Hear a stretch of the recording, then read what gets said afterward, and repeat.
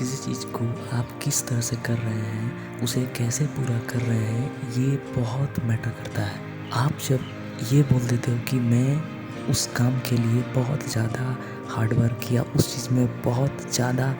Intensity के साथ work किया, बट उस चीज़ का आउटपुट मुझे नहीं मिला, उस चीज़ का आउटकम मुझे नहीं मिला, मुझे वो नहीं मिला जो मिलना चाहिए था, इस चीज़ से आप अपने ऊपर बर्डन क्रिएट करते हो। आप अपने लिए एंग्जाइटी और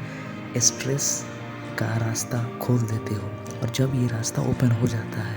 आप अपने आप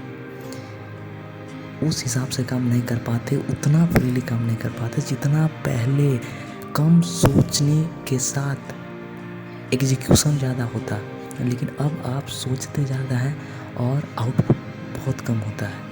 उस एफिशिएंसी से काम नहीं हो पाता। आपको सबसे पहले अपने आप को समझना होगा कि आप कब और किस तरह से काम करेंगे, क्या चीज़ें, क्या आपकी एबिलिटी है, आप अपने काम को किस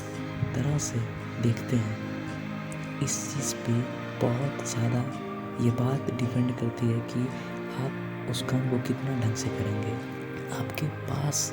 अधिकार है काम करने का, बट इस चीज़ का आपके पास राइट नहीं है कि आप आउटकम को पहले ही जज कर लोगे, आप पहले ही प्रिडिक्ट कर पा रहे हो कि आउटकम क्या आने वाला है। इस चीज़ से आप अपने आप को सिर्फ और सिर्फ कंसंट्रेशन कम करते हो, अपनी वर्क इंटेंसिटी को कम करते हो, अपना फोकस डिस्टर्ब करते हो। जब आप ज़्यादा से ज़्यादा आउटकम के बारे में सोचते हो, या फिर आप ये सोचने लगते हो कि नहीं ये चीज़ होना है,